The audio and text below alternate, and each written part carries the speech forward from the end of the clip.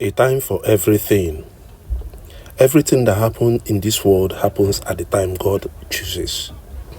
He sets the time for birth and the time for death, the time for planting and the time for pulling up, the time for killing and the time for healing, the time for tearing down and the time for building.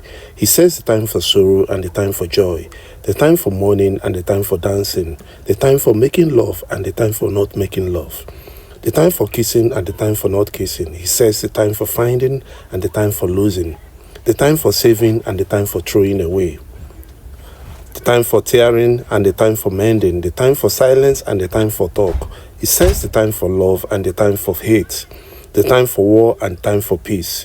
What do we gain from all our work? I know the heavy burdens God has laid on us. He had set the right time for everything. He has given us a desire to know the future, but never gives us the satisfaction of fully understanding what He does.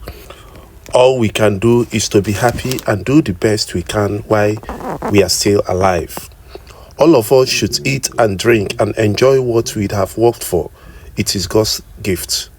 I know that everything God does will last forever. You can't add anything to it or take away anything from it. And one thing God does is to make us stand in awe of Him. Whatever happens or can happen has already happened before. God makes the same thing happen over and over again.